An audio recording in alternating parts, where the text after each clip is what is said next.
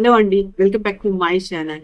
ఈరోజు ఒక బరువైన జీవితంలో మనందరికీ ఇష్టమైనటువంటి ఒక విషయాన్ని మీతో షేర్ చేసుకోవాలనుకుంటున్నానండి. మీకెప్పుడైనా అనిపిస్తుందా నేను ఎవ్వరికీ ఎటువంటి ద్రోహం చేయలేదు, అన్యాయం చేయలేదు. కానీ నాకే ఎందుకు ఇటువంటి కష్టాలు? అబద్ధం ఆడేవాడు, మోసం చేసేవాడు దర్జాగా బతుకుతున్నాడు. చీమకు కూడా హాని చేయని నాకు ఎందుకు అడుగడుగునా కష్టాలు ఎదురవుతున్నాయి?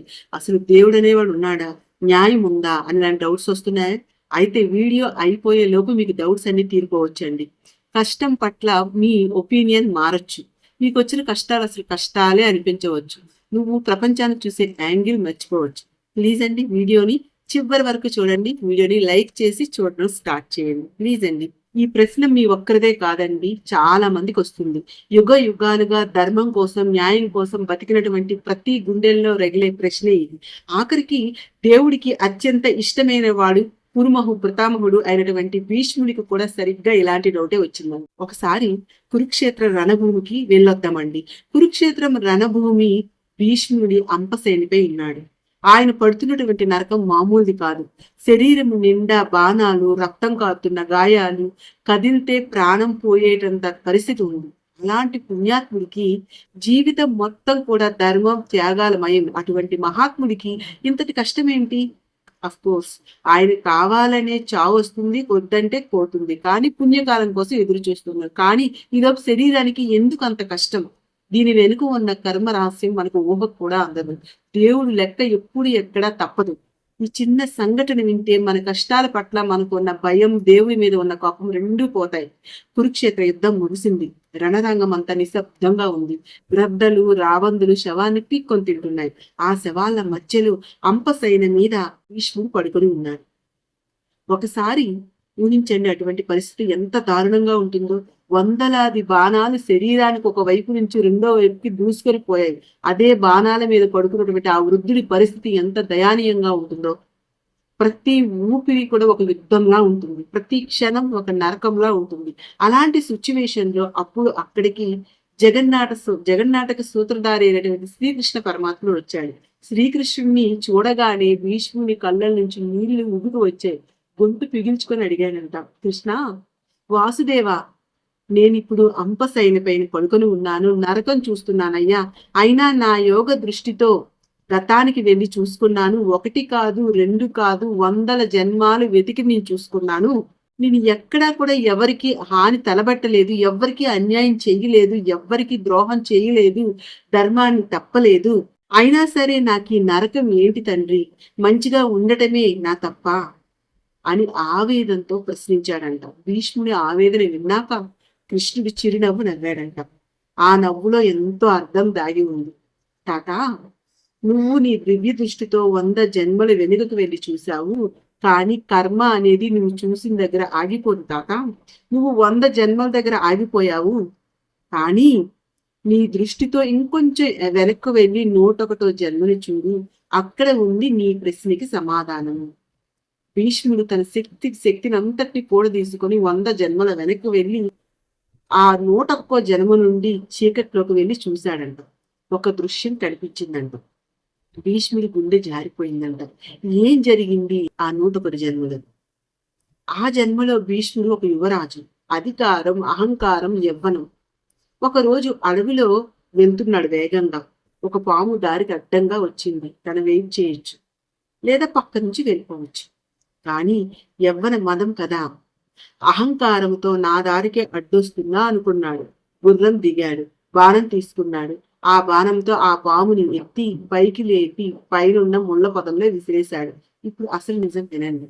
కర్మ ఎంత ఖచ్చితంగా ఉంటుందో మీరే చూడండి. ముళ్ళ పొదల్లో పడినటువంటి పాము బయటికి రావడానికి ప్రయత్నిస్తుంది. తల ఎత్తితే పైనున్న ముళ్ళు గుచ్చుకుంటుంది, తల దించితే కిందనున్న ముళ్ళు గుచ్చుకుంటుంది. అది బయటికి రాలేక, ఊపిరాడక తన శరీరాన్ని తనే చూసుకుంటూ నరకం అనుభవించింది. ఇప్పుడు ఒక్కసారి కురుక్షేత్రం దగ్గరికి రండి. బాణాల మీద పడుకున్నటువంటి భీష్ముడు అంపశయని మీద ఉన్నాడు. తల ఎత్తుదామంటే మెడలో ఉన్న బాణం ఎత్తలేడు, పక్కకు తిరుగుదామంటే భుజంలో ఒక బాణం ఉంది, తిరగలేడు. ఆ రోజు పాము ఎలా అయితే నరకం అనుభవించిందో కరెక్ట్ గా ఈ కురు వృద్ధుడు కూడా అదే పొజిషన్ లో నరకం చూస్తుంది. కర్మ అనేది కర్మ రిఫ్లెక్షన్.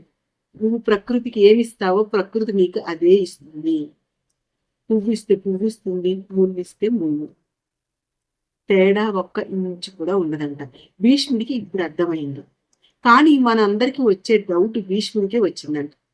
కృష్ణ, నేను పాపం చేసింది 100 జన్మల కిందట 101వ జన్మలో. మరి ఇప్పుడు దాకా ఆ పాపం ఏం చేసింది? ఎందుకు 100 జన్మలు వెయిట్ చేసింది? దేవుడు నిద్రపోయాడా అని అడిగాడంట. ఇది చాలా ముఖ్యమైన పాయింట్ అండి. కృష్ణుడు చెప్పినటువంటి సమాధానం అంటే మన కళ్ళు తెరుచుకుంటాయి. కృష్ణుడు అన్నాడంట, తాత, కర్మ అనేది వెయిట్ చేస్తుంది. నువ్వు ఆ పాపం చేసిన తర్వాత 100 జన్మల్లో నువ్వు చేసినటువంటి పుణ్యకార్యాలు నీ చుట్టూ ఒక రక్షణ కవచంలా ఏర్పడ్డాయి. నువ్వు చేసినటువంటి పుణ్యం ఎంత గొప్పదంటే ఆ పాపం నిన్ను తాకలేకపోయింది. కానీ ఆ కవచం ఎప్పుడు పగిలిపోయిందో తెలుసా తాత? ఆ రోజు నిండు సభలో దుశ్శాసనుడు ద్రౌపదిని జుట్టు పట్టుకొని ఈడ్చుకొని వచ్చి, ఆమె ఈడ్చుకొని వచ్చినప్పుడు ఆమె దీనంగా నీ వైపు చూస్తూ ఏడుస్తూ, తాత నన్ను కాపాడండి అని చేతులు చాచి అడిగింది తాత. కానీ నువ్వేం చేశావు? నువ్వు వంశానికి పెద్దవి, నీకు అన్యాయం ఆపే శక్తి ఉంది, అధికారం ఉంది. కానీ నేను ఈ సింహాసనానికి కట్టుబడి ఉన్నాను. ఒకే ఒక్క షాక్తో మౌనంగా తలదించుకొని ఉండిపోయావు తాత. ఆ క్షణమే ఆమె కళ్ళలో నుంచి వచ్చినటువంటి ఆవేదన ఒక అగ్ని జ్వాలలా ఉంది. 100 జన్మల యొక్క నీ పుణ్యఫల కవచాన్ని ముక్కలు చేసేసింది తాత. అన్యాయం చేయడం ఎంత పాపమో, జరుగుతున్నటువంటి అన్యాయం చూస్తూ మౌనంగా ఉండడం కూడా అంతే పాపం తాత. ఆ రోజు నీ మౌనం 101వ జన్మలో నువ్వు చేసినటువంటి పాపానికి తలుపులు తెరిచింది. ఆ రోజు ఆ పాము శాపం ఇన్నాళ్లకు నిన్ను చేరింది. ఇప్పుడు భీష్ముడి కళ్ళల్లో భయం పోయింది, ఒక పశ్చాత్తాపం మిగిలిందంట. అప్పుడు కృష్ణుడు భీష్ముడి నుదుటిపై చెయ్యి వేసి ఇలా అన్నాడంట, తాత, ఇది శిక్ష కాదు, శుద్ధి, ప్యూరిఫికేషన్. బంగారం మెరవాలంటే కులుమిలో అగ్నిలో కాలాల్సిందే. నువ్వు మోక్షానికి పూర్తిగా అర్హుడు. నీ ఆత్మని అంటుకున్నటువంటి కర్మనే మరకని తొలవటానికే ఈ వేదన అని చెప్పాడంట. ఈ రోజుతో నీ లెక్క సరిపోయింది. నీ శరీరం రక్తం కారుతూ ఉండొచ్చు, కానీ నీ ఆత్మ మాత్రము వైట్ పేపర్లా మురిసిపోతుంది. ఇంకా ప్రశాంతంగా వెళ్ళు తాత అన్నారు. ఆ స్పర్శ తగలగానే భీష్ముడి కళ్ళల్లో భయం పోయి, నరకం అనుభవిస్తున్నటువంటి ఆ మనిషి చిన్న పిల్లాడిలా ప్రశాంతంగా నవ్వాడు. కృష్ణ, నా భారాన్ని మొత్తం దించేశావు అని కళ్ళు మూసాడంట. ఈ కథ విన్నాక మీకు ఇంక కొన్ని డౌట్స్ రావచ్చు కదండి. సరే, భీష్ముడు అంటే 101 జన్మలో యువరాజు, యవ్వన మతంతో ఉన్నాడు. ఆ పామును విసి అతను పడేశాడు. తెలిసే తప్పు చేశాడు, దానికి శిక్ష అనుభవించాడు. కానీ మన జీవితంలో మనం చాలా సార్లు తెలియక చాలా తప్పులు చేస్తూ ఉంటాము. ఆ తప్పులను కూడా తెలియదు మనకి. వాటికి కూడా శిక్ష అనుభవించాల్సిందేనా అని సరిగ్గా ఈ ప్రశ్నకి సమాధానంగా ఒక చిన్న కథ తెలుసుకుందామండి. కర్మ సిద్ధాంతం ఎంత సూక్ష్మంగా పనిచేస్తుందో ఇప్పుడు చూద్దామండి.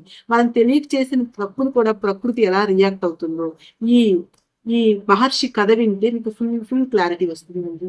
ఈ మహర్షి జీవితంలో ఒక సంఘటన జరిగింది. మాండల్యుడి ఒక గొప్ప ఋషి, ఎప్పుడు మౌనంగా తపస్సు చేసుకునేవాడు. చీమ కూడా హాని తలపెట్టేవాడు కాదంట. ఒకరోజు దొంగలు రాజుగారి సొమ్మును దొంగలించి ఈయన ఆశ్రమంలో దాచిపెట్టి పారిపోతారు. రాజభటులు వచ్చి మౌనంగా కూర్చున్నటువంటి ఋషిని దొంగని పట్టుకుంటారు. రాజుగారి దగ్గరికి తీసుకువెళ్ళారు. రాజుగారి విచారణ కూడా చేయకుండా వీటి శూలానికి ఎక్కించండి అని చెప్తాడు. రాజభటులు ఆ ఋషిని తీసుకువెళ్ళి శూలం మీద కూర్చోబెడతారు. ఆ ఇనుము ఆయన శరీరానికి చీల్చుకొని పోయింది. రక్తం ఏరులై పారిపోయింట. కానీ ఆయన తపశ్శక్తితో ప్రాణాన్ని నిలబెట్టుకున్నాడంట. కానీ నరకం చూశాడంట. కొన్నాళ్ళ తర్వాత మాండల్య మహర్షి మరణించాడంట. యమలోకానికి వెళ్ళాడు. అక్కడ యమధర్మరాజుని చూడగానే ఆయన కోపం వచ్చిందంట. యమధర్మరాజా, నేను పుట్టినప్పటి నుంచి కూడా ఏ పాపం చేయలేదు. మౌనంగా తపస్సు చేసుకునేవాడిని. చీమకు కూడా హాని కలిగించలేదు. దొంగలించిన దొంగలేమో హ్యాపీగా పారిపోయారు. నేను మాత్రం నరకం అనుభవించాను. పైగా ఇప్పుడు యమలోకానికి వచ్చాను. ఏంటి ఈ న్యాయం? మంచి వాళ్ళకైనా ఈ కష్టాలు అని నిలదీశాడు. ఇప్పుడు యమధర్మరాజు చేతులు జోడించి ఒక కఠినమైన నిజాన్ని బయట పెట్టాడంట. మహర్షి, శాంతించండి. మీరు ఈ జన్మలో ఈ వయసులో ఎటువంటి పాపం చేయలేదు. కానీ కర్మ అనేది మీరు చూసిన దగ్గర ఆగిపోదు. ఒకసారి మీ బాల్యాన్ని గుర్తు తెచ్చుకోండి. మీరు 5 ఏళ్ల వయసులో ఏం చేశారో గుర్తుందా? మీరు ఆడుకుంటూ ఒక తేనెటీగను పట్టుకొని గడ్డి పూచతో దాని వెనక గుచ్చారు. అది విలవలాడుతుంటే దాన్ని చూసి నవ్వుకున్నారు. ఆ చిన్న ప్రాణికి గడ్డి పూసే శూలం లాంటిది. కర్మ సిద్ధాంతం ప్రకారం మీరు అప్పుడు చేసినటువంటి పాపం పెరిగి పెద్దదయ్యి వడ్డీతో సహా మీకు ఎనుక శూలమై గుచ్చుకుంది అని చెప్పాడు. ఇప్పుడు విషయానికి వద్దామండి. భీష్ముడికి 100 జన్మలు పట్టింది. మాండల్య మహర్షికి 50 సంవత్సరాలు పట్టింది. కానీ కర్మ అనేది తిరిగి రావడం ఖాయం. దీన్ని బట్టి మనం ఏం అర్థం చేసుకోవాలి? కర్మ అనేది బ్యాంక్ అకౌంట్ లాంటిది. మనం చేసే మంచి పనులు డిపాజిట్ లాంటిది. పాపాలు లోన్లు అనమాట. భీష్ముడు పుణ్యం చేశాడు కాబట్టి పాపం పెండింగ్ లో ఉంది. సమయం వచ్చినప్పుడు బ్యాంక్ వాడు వడ్డీతో సహా వసూలు చేశాడు. ఇప్పుడు మనం ఎపిసోడ్ బిగినింగ్ లో మాట్లాడుకున్నాం కదండి, నేను మంచివాడిని, నాకు ఎందుకు ఇంత కష్టాలు, నేను ఎవరికి అన్యాయం చేయలేదు, ఎవరిని మోసం చేయలేదు, నాకే ఎందుకు ఈ కష్టాలు వస్తున్నాయని కదండి మన డౌట్స్. సో ఇప్పుడు ఈ 2 కథలు వింటే మనకి ఏమర్థమైందండి? మనకి ఇప్పుడు వచ్చే కష్టాలు ఒకప్పుడు మనం చేసినటువంటి కర్మల వల్లే వస్తున్నాయని. ఇవి అవగాహన, ఇది అండర్స్టాండ్ అయితే మీకు మన కష్టాలే మనకు తిరిగి వస్తున్నాయని మనం నమ్మితే 70% మీకు కష్టాల భారం తగ్గిపోతుంది. 30% మీరు సహనంతో ఆ కష్టాన్ని భరిస్తే సరిపోతుంది. బట్ట కట్టుకున్న మురికి పోవాలంటే దాన్ని ఉతకాలి, పిండాలి, బండకేసి బాదాలి. అదే ఆ దెబ్బ బట్టలు చింపడానికి కాదండి, దాన్ని శుభ్రపరచడానికి. కష్టాలు కూడా అంతే.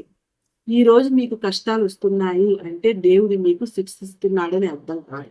మీ ఆత్మ అనే బట్టకు అంటినటువంటి కర్మ అనే మురికిని పోగొట్టడానికి దేవుడు వేసినటువంటి దెబ్బలే ఈ కష్టాలు. సబ్బు పెట్టకుండా మురికి ఎలా పోదు, కష్టం రాకుండా పాత కర్మలు పోవు. ఈ విషయం అర్థమైతే మనసు ప్రశాంతంగా ఉంటుంది. కాబట్టి జీవితంలో మీకున్న కష్టాలను చూసి లేదా రాబోయే కష్టాలను చూసి దేవుడా నాకే ఎందుకు అని అడగండి. మీ పాత అప్పు క్లియర్ అయిపోతున్నందుకు, మిమ్మల్ని శుభ్రం చేస్తున్నందుకు దేవుడికి థ్యాంక్స్ చెప్పండి. భీష్ముడు నవ్వుతూ బాణాల మీద పడుకున్నాడు. అలాగే నవ్వుతూ మీ కర్మను మీరు స్వీకరించండి. కష్టాన్ని చూసి పారిపోతే మిమ్మల్ని ఆ కష్టం జన్మలకి తరుగుతూనే ఉంటుంది. అదే ఎదురు తిరిగి యాక్సెప్ట్ చేస్తే అది కరిగిపోతుంది. ఈ వీడియోలో చెప్పినటువంటి కర్మ సిద్ధాంతం మీకు నచ్చితే ధైర్యాన్ని ఇస్తే ప్లీజ్ అండి వీడియోని లైక్ చేయండి, షేర్ చేయండి. నా ఛానల్లో చాలా మంచి వీడియోస్ ఒకసారి చూడండి ప్లీజ్ అండి. జై శ్రీకృష్ణ.